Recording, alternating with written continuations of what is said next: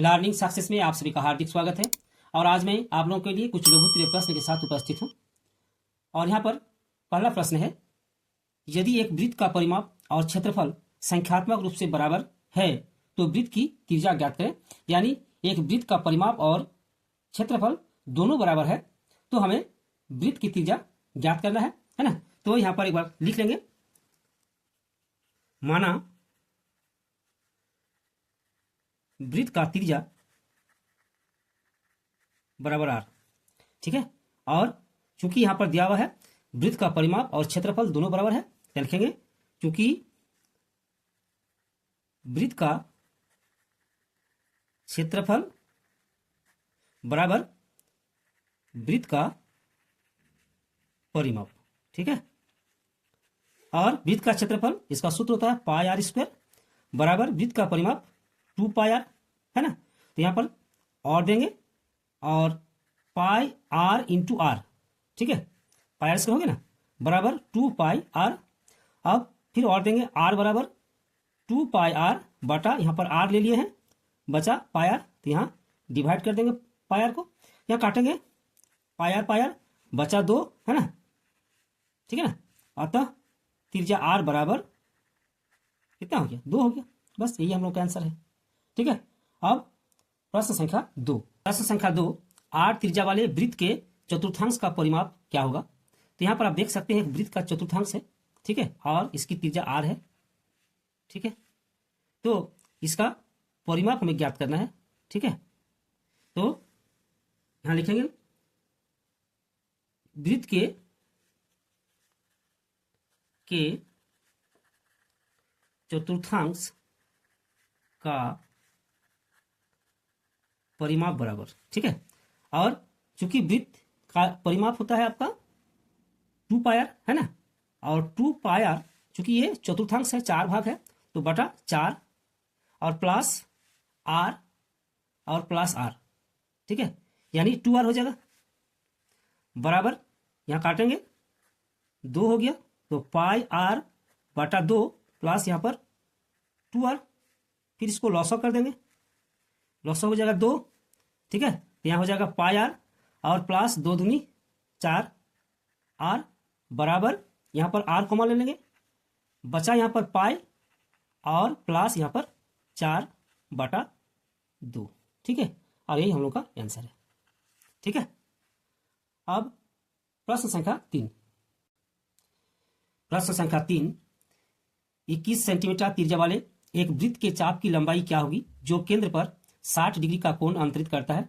तो आप यहां पर देख सकते हैं एक वृत्त है और इसकी त्रिज्या 21 सेंटीमीटर है, ठीक है, और केंद्र पर 60 डिग्री का कोण बनाने वाली इस चाप की लंबाई AB है।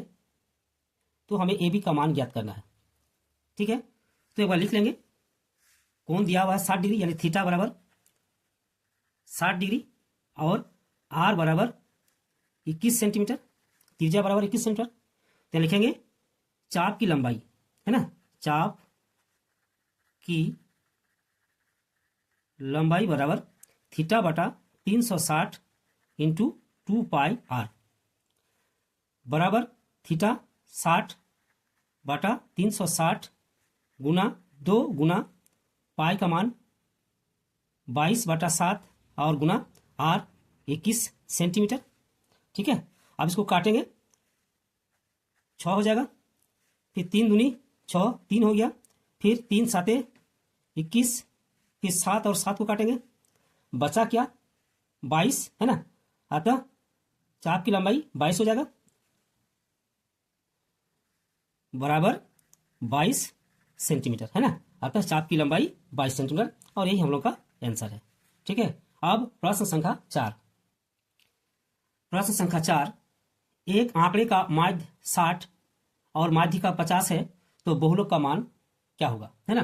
तो यहां पर बहुलक का जो सूत्र होता है लिखेंगे, बहुलक बराबर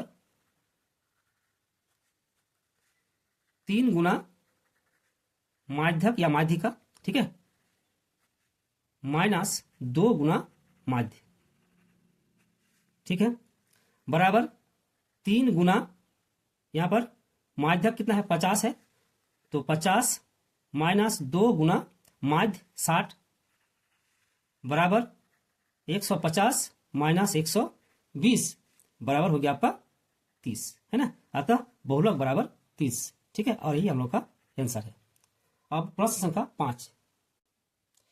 प्रश्न संख्या 5, 6 मीटर ऊंचाई के खंबे की छाया 2√3 मीटर है तो सूर्य के उन्नयन कोण होगा।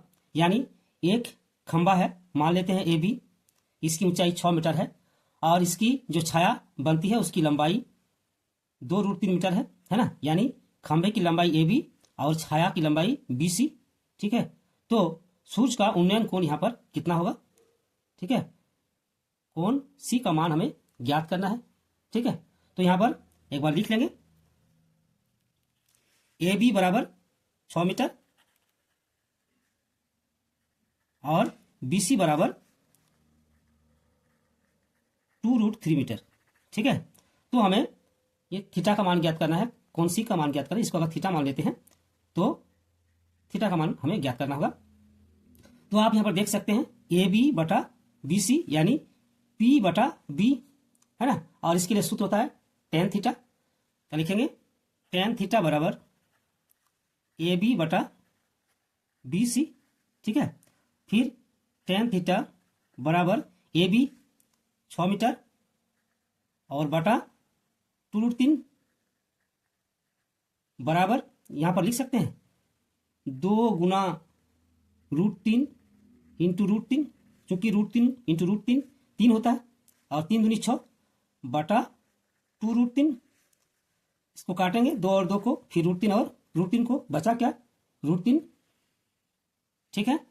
फिर tan थीटा बराबर कितना हुआ √3 और √3 tan का मान अगर √3 में ज्ञात करेंगे तो हो जाएगा आपका tan 60, है ना। तो यहां देंगे tan 60, tan थीटा बराबर tan 60 डिग्री, ठीक है। अतः थीटा बराबर 60 डिग्री, अतः थीटा बराबर 60 डिग्री, ठीक है।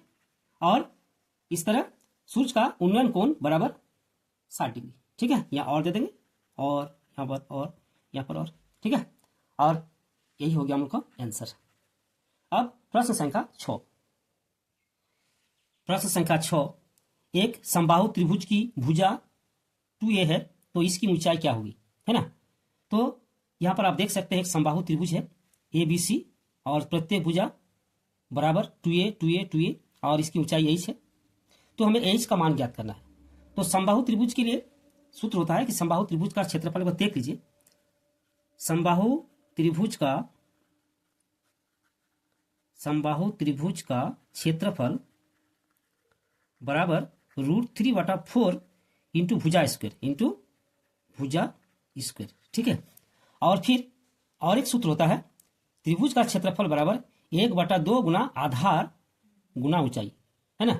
फिर लिखेंगे त्रिभुज का क्षेत्रफल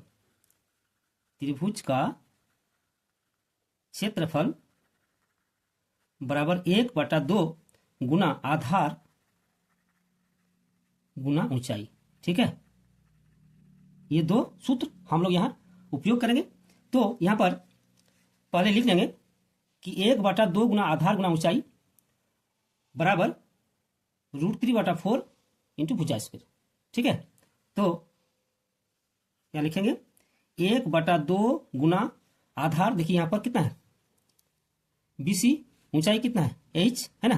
तो BC इंटू h बराबर √3/4 इंटू भुजा कितना है 2a, यानी 2a इसका होल स्क्वायर, ठीक है।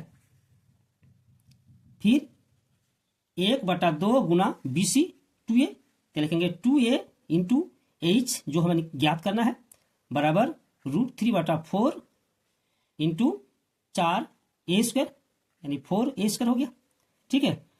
यहां काटेंगे 2 और 2 को, ठीक है। और यहां पर काटेंगे 4 और 4 को, ठीक।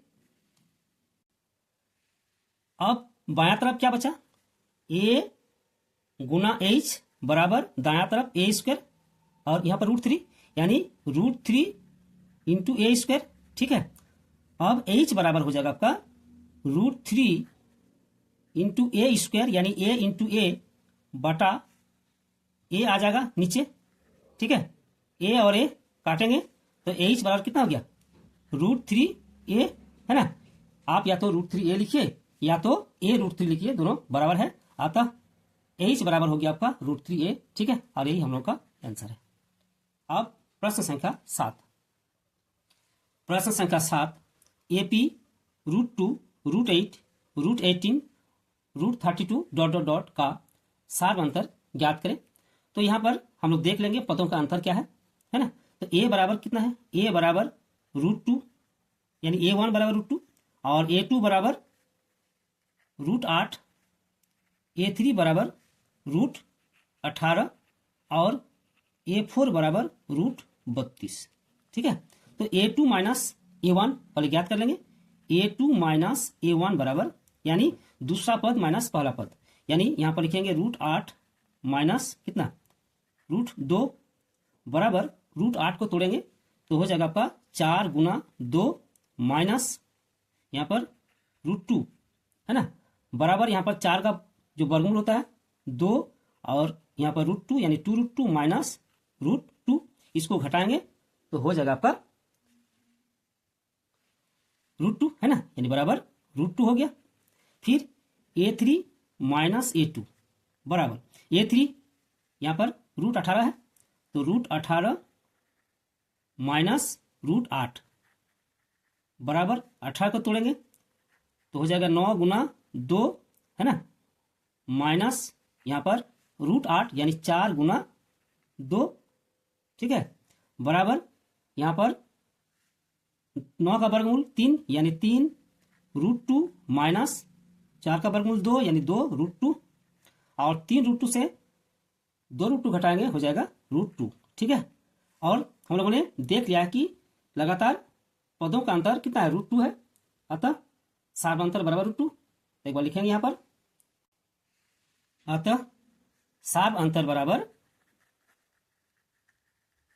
√2, ठीक है। और आज का वीडियो हम लोग यही समाप्त करते हैं। अगले वीडियो में हम लोग फिर एक साथ मिलेंगे। धन्यवाद।